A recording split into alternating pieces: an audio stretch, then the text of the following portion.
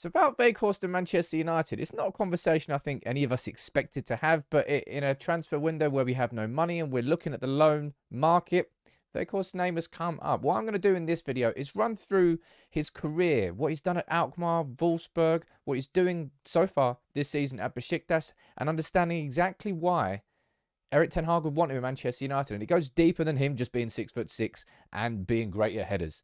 There's more to his personality. There's more to his overall game that fits the profile of Manchester United, and why, for me, I can understand us going after Weghorst far more than I can understand quite a few other players we've been linked with in January. So make sure you please do drop a like on the video. If you learn anything, let me know what you think in the comments.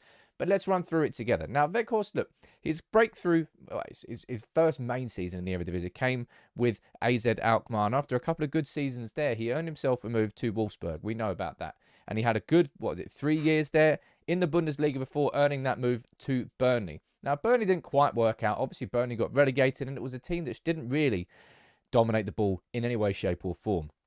He wanted to play in the World Cup. He did play in the World Cup, so what did he do? He left Burnley and went on loan to Besiktas.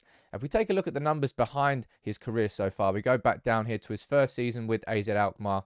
13 goals and 4 assists in 29 games. And he's had a pretty impressive return, I would say, up until this point here when it comes to Burnley.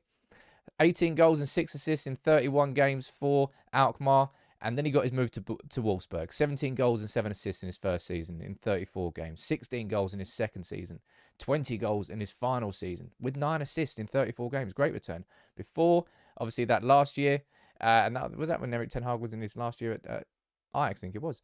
And then he got his move to Burnley. Didn't really do much, but Burnley got relegated. And then look what he's doing this season at Besiktas. 8 goals and 4 assists in 16 appearances. He scores goals. But with Weghorst, the thing that I believe is driving Manchester United looking at signing him, it's about his personality. It's about the right profile of the player. Now, you might be bored of me saying this, but this is something that's changed at Manchester United, that Ten Hag is changing. It's why we've been successful with the signings we've made so far, and why I'd have some confidence in Weghorst if he does come in. Ten Hag, we know what he said before. Look, we need personalities. That's why we got Casemiro, and that's why we got Varane. Malacia, Martinez, Casemiro, Anthony are all fighters. We want the best of the best, and any players we bring to United must meet the highest standards. Ronaldo to Weghorst might be a downgrade on paper in terms of the goal-scoring capabilities on paper. But in terms of the overall package, I think Weghorst offers something that Ronaldo didn't. We go over to the Athletic here, and just a little bit of interesting insight into the profile of Weghorst and his personality. He's seen as a quiet and relaxed character off the pitch, but ultra competitive on it. Not scared to share his thoughts, messaging people teammates late at night about how they can improve their game. And this is what Weghorst said about his move to the Bundesliga with Wolfsburg from AZ Alkmaar. And he said this: in Holland, it was not always that easy, and there was always some doubting and always some talking. In Germany, there's a lot of respect, and a lot of respect for the way I am. I'm feeling really great in Germany. I'm ambitious. I want to achieve the maximum, and wherever that is going to be. That fighting personality, I think, is summed up in this video. Now, you remember, of course, what happened during the World Cup. You'll remember that he was involved in one of the best goals. You'll ever, not maybe one of the best goals, one of the smartest goals you'll ever see at the World Cup. And probably the best game of the World Cup. And this is what he said after the game when he extended his hand out to Lionel Messi, of course. The match. What happened with Messi? It's with you? I wanted to give him a hand after the match. A lot of respect for him as a football player, but he smashed my hand away and he didn't want to speak with me. And my Spanish is not so good, but were not respectful words, so really disappointing. Really disappointing. Un poco caliente por el final. Messi's fuming. Messi was fuming. In the final Now, Messi of was match, fuming with him. What Let me happened close that there. with Messi? It's That didn't really work out that well. You might not have been able to hear that, but effectively he's explaining how he extended his hand to Messi, and Messi went, "No, fuck that. Get out of it." But Weghorst, and it's something that I've certainly learned, having done some research into Weghorst, the personality is a big part of him. He's always been somebody who's been doubted from Alkmaar through to Wolfsburg, through to Besiktas, even at Holland, and scoring 2 goals from the bench there against Argentina. And he uses that as fuel. Now, in terms of a personality, I can understand the profile. And in terms of a tactical perspective, this is where we can take a look at some examples of his time at Besiktas and with Wolfsburg as well, and why you can see it fitting in at Manchester United. Now, this graph here, made by The Athletic, by the way, is not about Wolfsburg. This is his time at Burnley. And you can see full well that his link-up play was, well, top 5 percentile compared to strikers around him. But look, in terms of the shot creation, XG, in terms of the shot volume, it's all very low. Defending intensity was there, yes, and the link-up play was good, but he wasn't creating that many opportunities because they didn't have the ball. If you flip that now to how he's been playing at Besiktas in a team which controls the ball far, far more, you can see, look at that.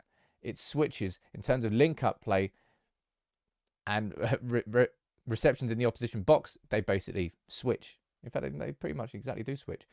He receives the ball in the box. He's playing there as a predator, disrupting the opposition moves. The pressing is a big part of his game. But when he plays in a team which controls the ball more, you see far more from Weghorst as an attacking threat. I mean, I don't need to tell you that. That's a bit obvious. But what I want to run through here is some examples. This is from his time in the Bundesliga when they did a little bit of an analysis on Weghorst as a striker, because there's certainly some talking points that we can discuss from this. The Dutchman embodies the role of the first defender, breaking up opposition moves and turning defence into attack. Weghorst is a crucial factor off the ball. He's always making challenges, closing down opponents from behind, winning the ball and relieving the pressure on the defence. Remarkably for a forward, his tackle success rate is 51%. Now, I want to show you some examples here of what he's been doing with Besiktas to sort of reiterate that. So that was from his time at Wolfsburg when he was known as that sort of that attacker who could, you know what Ten Hag's always been saying, defence starts from attack. You don't just rely on your goalkeeper to save all the shots. You don't rely on your defence to stop those shots from coming in. You start from the front. And it's something that Ronaldo, his style didn't suit that at Manchester United. But here's an example of him doing that with Besiktas as well. You can see him there pressing, winning the ball back. Simple. It might seem simple, but it's not something that Ronaldo did at Manchester United. And that attitude and approach is something that Ten Hag wants every single one of his players to do. So that's what I mean from a pro. He is not going to be scoring 20, 30 goals for Manchester United. You're not really going to get that player in January. But if Ten Hag can find somebody who can offer something different, and I'll speak about his aerial threat. I don't need to tell you about the aerial threat. You know that. But it's the overall profile of him. It makes more sense than so many of the other players that we've been linked with. And he's got a little bit of skill in him as well. This is a cracking assist that he laid on for his teammate. Boom. Little flick round the back. Lovely. Nice. I'll take that. And also, again, look here. This I think is a vital part. And this is, I think, is exactly from a tactical perspective why Ten Hag would want to bring him in. The anchor play. Here he's about to receive the ball on his chest and then release the winger. Boom. Boom. It's not something that I think any player at Manchester United can really do that well at the moment. Martial is okay at it. But Weghorst, from a profile perspective, from a tactical perspective, I can understand it. It's not going to be the best signing we ever make. But you rarely do that in January. And we don't have any money. This is the last transfer window before the Glazers. I'll tell you what, if signing Weghorst is how we get that, it's not how we get the Glazers out, but I'm fine with it in this final transfer window. And as I said, from an obvious perspective, the dude's massive, man. He's 197 centimetres. He's only 30, so he's still got plenty of time in his legs. But he's somebody that if Ten Hag wants to bring him in, I'd trust Ten Hag to get it right. And there's an interesting comparison that I want to draw here about a previous signing that Ten Hag made. And that's Sebastian Haller at Ajax. Now, when he was brought into Ajax, it kind of took a lot of people by surprise. It wasn't like a Tadic type replacement. You know, they in that 2019 team when they had Tadic there, they had Ziyech. They didn't have that target man. Haller was someone completely different, and he was a massive flop at West Ham. Everyone's like, what's he doing? And you know full well what happened. He went on to score 21 goals and 7 assists in 31 appearances for Ajax that season. His final season at Ajax. And I think, correct me if I'm wrong, I think they went undefeated in the Champions League group stages. They were scoring left, right, centre, and Haller was a central part of that. So it goes to show that it might not be the name that you think it's going to be. And Weghorst might not be the name that you were expecting. But Ten Hag has shown, with the signings he's made for Manchester United, and I think with Sebastian Haller, he deserves a bit of trust, I suppose. That I think that he could get it right. If he thinks he's going to be the right man for Manchester United, then so be it. He may not be first choice, but we're not going to get first choice when we have no fucking money in the bank. This is a situation where Manchester United somehow have to make the best of a bad situation when we've got no money. We can't go after who we wanted. Ten Hag wanted Cody Gakpo. He didn't want to be signing Wout Weghorst. No offense to him. But as I've hopefully shown in this video, I can understand the profile of him from his time at Alkmaar through to Wolfsburg. Not really so much at Burnley, but what he did with Holland at the World Cup and what he's done so far this season at Besiktas. I can see where the profile and the personality and the tactical perspective and the pressing, I can see where it would fit in at Manchester United into a gap where we need someone there on a short-term deal. And hell, if he goes on to come to Manchester United and he scores 5, 10 goals and contributes to another 5, nobody's going to be labelling him as a bad signing whatsoever.